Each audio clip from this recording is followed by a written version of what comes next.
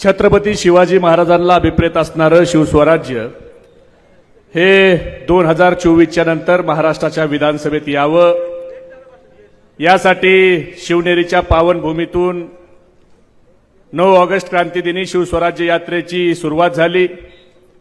आज मानखटाव येथे शिवस्वराज्य यात्रा ज्यांच्या उपस्थितीत संपन्न होते ते राष्ट्रवादी काँग्रेस पक्षाचे प्रांताध्यक्ष आणि ज्यांनी राष्ट्रवादी काँग्रेस पक्ष हा पक्ष नाही तर तो एक परिवारही भावना महाराष्ट्रातल्या तमाम कार्यकर्त्याच्या मनामध्ये रुजवली असे आदरणीय पवार साहेबांचे निष्ठावंत सेनापती आदरणीय जयंत पाटील साहेब। वेळ भरपूर झालाय म्हणून आदरणीय व्यासपीठ मी सर्वांची नावं घेत नाही, पण जानकर साहेब इकडे येताना रात्री नात्यापुत्यात मला काही लोक भेटली। ती लोक म्हणली उद्या कार्यक्रम कुठे आहे? म्हणलं मानखटावलाय। ते म्हणले तिथं कसं होणार, आपल्याकडे इच्छुक लई आहेत, समोरचा माणूस लई कलाकार आहे। मी म्हणलं काळजी करू नका, एखाद्याची तिरडी उचलायची असली तर खांदेकरी किती लागतेत, आपल्याकडे इच्छुक किती आहेत। आता ह्या समोरच्या जयकांत शिकरेची तिरडी उचलायची जबाबदारी ह्या चौघाची आहे। त्यामुळे आदरणीय पवार साहेब जयंत पाटील साहेब ठरवतील की ह्यांच्यातला सिंगम कोण आहे, पण काही झालं तरी ह्या जयकांत शिकरेला आता सुट्टी द्यायची नाही। खरं तर बाळासाहेब पाटील साहेब अनेक मतदारसंघ वेगवेगळ्या योजनेसाठी प्रसिद्ध असतात। कुणी मतदारसंघात पाण्याची योजना आणतं, कुणी मतदारसंघात काही योजना आणतं, रस्त्याची योजना आणतं, पण हा महाराष्ट्रातला एकमेव मतदारसंघ असा आहे जिथं मेलेला माणूस जिवंत करायची योजना आणली जाते। असा तसा मतदारसंघ नाही। पिराजी भिसे हे 8-10-2016ला वारले, माहित आहेत ना पिराजी भिसे? आणि ते पिराजी भिसे अचानक 2020ला जिवंत झाले आणि त्यांनी 4300 नंबरचं ऍफिडेव्हिट करून जमीन ह्या बहादराला दिली। म्हणजे मेलेला माणूस सुद्धा 4 वर्षांनी जिवंत होतो। हे देशात देशमुख साहेब कुठं घडलं नसल, पण हे तुमच्या मतदारसंघात घडतंय। कोरोना काळात ज्या वेळेला लोक स्वतःचा जीव आपला राहील की नाही हा विचार करत होते, माणुसकी जिवंत राहते की नाही हा विचार करत होते, मी जगणार आहे का नाही म्हणून 2-2 महिने लोक घराच्या बाहेर निघत नव्हती। आपला जीव कसा वाचवायचा हा प्रश्न सगळ्याला पडला होता। त्यावेळेला प्रभाकर घारगे साहेब लोकांना करोना जीव वाचवायचं पडलं आणि ह्या पठ्ठ्याला करोना देखील यांनी मेलेले पेशंट जिवंत केले आणि त्यांच्यावर उपचार केला। म्हणजे जर करोना काळात जिथं लोकांना स्वतःच्या आरोग्याची काळजी आहे, जीवाची काळजी आहे, त्या काळात देखील जो माणूस पैसे खातो तो मेलेल्या मड्यावरचा टाळूवरचं लोणी खाणारी औलाद आहे। आणि मग अनिल देसाई साहेब मला प्रश्न पडतो की असा मेलेल्या माणसाच्या मड्यावरचं टाळू खाणारी औलाद ही संताजीच्या पावनभूमीत तुम्ही कस काय इतके दिवस सांभाळली हा प्रश्न माझ्यासारख्या कार्यकर्त्याला पडतो। आज काय चाललंय? जयंत पाटील साहेब आपण राज्याचे गृहमंत्री होते, आपण गृह खातं सांभाळलंय, पण एसपी नावाचा अधिकारी हा आमदाराचे दरवाजे उघडायला असतो हे कधी आपण बघितलंय का?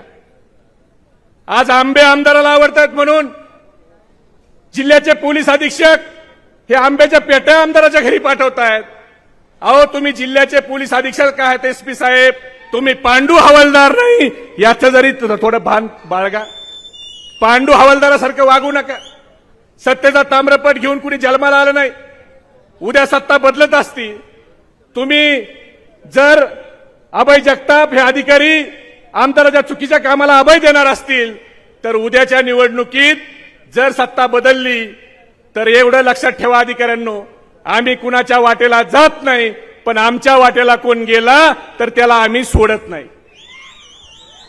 आज अधिकारी घरगड्यासारखे वागायला लागले। जिल्ह्याच्या पोलीस अधीक्षकाला पगार हा आमदाराच्या घरून मिळतोय का? अहो जिल्हा पोलीस अधीक्षक या पदाला एक गरिमा आहे। सर्वसामान्य माणूस हा पोलीस पोलिसाकडे आम्हाला अन्याय झाला, अत्याचार झाला तर न्याय मिळवून भरून बघतोय। आज तुमच्या एकाच्या वागणुकीमुळे महाराष्ट्राच्या पोलीस दलाची प्रतिमा बदनाम होते, याची देखील काळजी इथल्या पोलीस अधीक्षकांनी घेतली पाहिजे। आज कुत्र्याला बिस्किट आमदाराच्या पाठवण्यापर्यंत अधिकारी चाललेत. अरे एवढी लाचारी, काहीतरी स्वाभिमान आपला त्या ठिकाणी जीवन ठेवा, एवढी मला या ठिकाणी विनंती करायची. आज आमदाराचं काम काय चाललंय?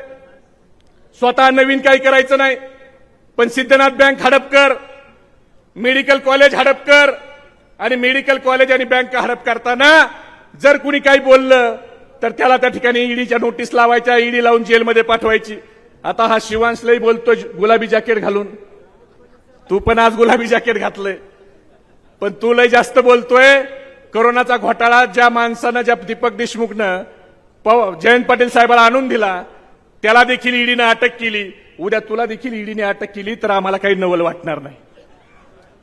कारण मित्रांनो, ईडी नावाची संस्था 2014च्या अगोदर कुणाला माहित होती का? माहित होती का? आता गावातल्या शेमड्या पोराला पण विचारा, ईडी म्हणजे सांगतोय का नाही? सध्या ईडीची अवस्था ही उंट बिडीपेक्षा देखील स्वस्त झालेला कार्यक्रम आहे. आज सत्तेचा एवढा गैरवापर हा कधी झाला नाही. सत्तेच्या अधिकाऱ्याला घरगड्यासारखं कधीही कुणी वापरलं नाही.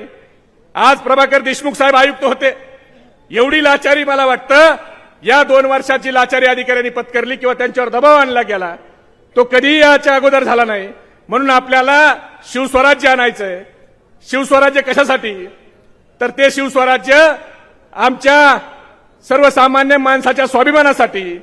शिवस्वराज्य काय? तर शिवस्वराज्य हे महाराष्ट्राचा अभिमान ठेवणारं शिवस्वराज्य आहे. दिल्लीची गुलामी पत्करणारं ते शिवस्वराज्य नाही. आज भरपूर त्या ठिकाणी सत्ता चालली आहे. लोकसभेच्या नंतर, लोकसभेच्या अगोदर मराठा ओबीसी वाद लावायचा प्रयत्न मित्रांनो ह्या लोकांनी केला. आता ही लोक हिंदू मुस्लिम वाद लावायचा प्रयत्न करतायत.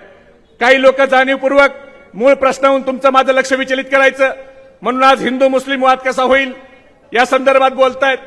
पण त्या लोकांना मला एवढंच सांगायचंय की ना मंदिर की बात हो, ना मस्जिद की बात हो, ना मंदिर की बात हो, ना मस्जिद की बात हो, युवा बेरोजगार है, पहले उसके निवालों की बात हो.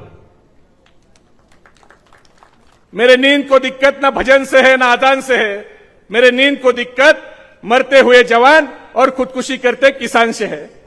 आज शेतकरी आत्महत्या करतोय, जवान मरतोय. आज सगळे महाराष्ट्रातले प्रकल्प गुजरातला चाललेत. वेदांता फॉक्सॉनचा प्रकल्प, ज्या प्रकल्पाच्या माध्यमातून आपल्या महाराष्ट्रामध्ये 1,58,000 कोटीची गुंतवणूक येणार होती, तो प्रकल्प ह्यांनी उचलला आणि गुजरातला घेऊन गेले. टाटा इयरबदचा प्रकल्प उचलला, गुजरातला नेला. सॅफ्रॉनचा प्रकल्प गुजरातला, रिझर्व्ह बँकेचं मुख्यालय गुजरातला, हिऱ्याचा व्यापार गुजरातला. अरे मग सगळ्यात जर गुजरातला न्यायचं असेल तर मतदान मागायला देखील तुम्ही गुजरातलाच जा. महाराष्ट्रामध्ये मत मागायचा तुम्हाला नैतिक अधिकार नाही. मित्रांनो, ही सांगायची वेळ आली. आता अनेक योजना आणतील. खरं तर सुनील माने साहेब कोणती योजना कुणाच्या तोंडात शोभावी, लाडकी बहीण योजना आणली. बरं, लाडकी बहीण कोण म्हणतंय? तर अजितदादा. ज्या अजितदादानं स्वतःच्या बहिणीला लोकसभेत छळलं ते अजितदादा लाडकी बहीण म्हणायला लागलेत. अहो दादा, तुम्ही स्वतःच्या बहिणीचे झाला नाही, महाराष्ट्रातल्या बहिणीचे काय होणार आहेत? आज हा विचार करायची गरज आहे. आज भारतीय जनता पार्टीने कसं द्वेषाचा सुडाचं राजकारण सुरू केलंय. आज आदरणीय शरद पवार साहेबाचा पक्ष यांनी चोरून घेतला. पवार साहेबाला ह्या वयात त्यांनी त्रास दिला. हे सगळं भारतीय जनता पार्टीच्या पाठिंब्यावर ही लोक करायला लागली. आणि एक बाजारबुणगा उठतो आणि म्हणतो पवार साहेबांनी पक्ष स्थापन केला म्हणजे पक्ष काय शरद पवार साहेबाच्या मालकीचा झाला का? आता उद्या हा बाजारबुणगा उठून घरी जाऊन याच्या बापाला म्हणला की अरे बापा, तू आम्हाला जन्म दिला म्हणजे तू काय आमचा बाप झाला का? तर नवल वाटून त्या ठिकाणी देऊ नका. मित्रांनो, आज बोलण्यासारखं भरपूर आहे, पण आपल्याला जयंत पाटील साहेबांचं भाषण ऐकायचंय.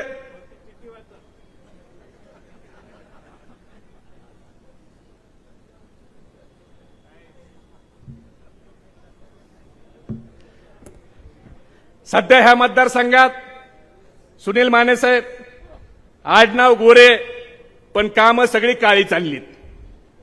आणि ह्या काळ्या कामापासून आपल्या सगळ्यांना त्या ठिकाणी आपली सुटका करून घ्यायची आहे. आज या मतदारसंघातली दादागिरी, दहशत ही आपल्याला संपवायची आहे.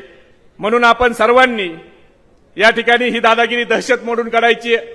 जो माणूस सातत्यानं बारामतीकरांना, पवार साहेबांना त्या ठिकाणी आव्हान देतोय त्या माणसाला त्याची जागा त्या ठिकाणी दाखवायची आहे आणि पुढचे मला वाटतं 10-12 दिवसात आचारसंहिता लागेल आणि त्याच्यानंतर 30-40 दिवसात निवडणुका होतील. पण त्या निवडणुका 50 दिवसात होईपर्यंत उमेदवार जो शरद पवार साहेब जयंत पाटील साहेब देतील त्या उमेदवारासाठी आपल्याला काम करायचंय आणि पुढच्या 50 दिवस आपल्याला सगळ्याला घोड्यासारखं राहायचंय. मी घोडा हा शब्द याच्यासाठी वापरला. घोडा कधी कुणी बसलेला बघितला का? इकडे बसतोय वाटतं, मान खटावला घोडा बसतो का? झोपला तरी उभा राहून झोपतो. पण आपल्याला तसं झोपायला घरी जावा. पण 50 दिवस प्रत्येक गावात प्रत्येक मतदारापर्यंत जाऊन यांनी महागाई कशी वाढवली, बेरोजगारी कशी वाढवली, कशी कोरोना काळात मेलेल्या लोकांची पैसे खाल्लेत हे आपल्याला त्या ठिकाणी लोकांना सांगायचंय. दुसरा मी घोडा हा शब्द याच्यासाठी वापरला की कोणतीही ताकद मोजायची असली तर ती हॉर्स पॉवरमध्ये मोजली जाते. मग ते 1000 हॉर्स पॉवरचं जेटचं इंजिन असू द्या, नाहीतर 40,000 हॉर्स पॉवर 1000 हॉर्स पॉवरचं मोटरसायकलचं इंजिन असू द्या, नाहीतर 40,000 हॉर्स पॉवरचं जेटचं इंजिन असू द्या, तिथंही घोडा हा शब्द आला. आणि तिसरा मी घोडा हा शब्द त्याच्यासाठी वापरला की उद्याच्या निवडणुकीत ह्या जयकांत शिकरेला लावायचा आहे. काय काय लावायचं आहे? मग लावणार का सगळे? एवढ्या बारीक आवाजात शिळी पण नाही, तिकडे जाणार लागणार. आवाज कसा मान खटावता आला पाहिजे. तुम्हाला राग येत नाही का हा इतका चुकीचं वागतोय हा जयकांत शिकरे? आता तुम्ही सांगायला पाहिजे आता आली रे आली, आता तुझी बारी आली. कारण मान खटावच्या जनतेची आता सटकली का तुमची याच्या अतिरेकावर? इकडच्याची सटकली नाही वाटतं, आवाज निघा नाही. सटकली का तुमची? मग तुम्ही सगळे जयंत पाटील साहेबाला विश्वास द्या. मी घोषणा देतो, हात वर करून घोषणा द्या. आपला हात वर असताना शेजाऱ्याकडे लक्ष ठेवा. ज्याचा हात खाली आहे समजून घ्या विरोधी पार्टीचा खबऱ्या आपलं काय चाललंय ऐकायला आलाय.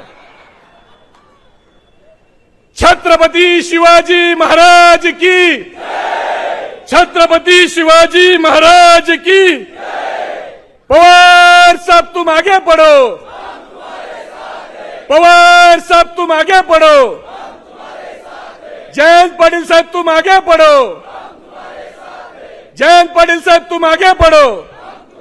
धन्यवाद. जय हिंद, जय महाराष्ट्र, जय राष्ट्रवादी. एबीपी माझा, उघडा डोळे बघा नीट.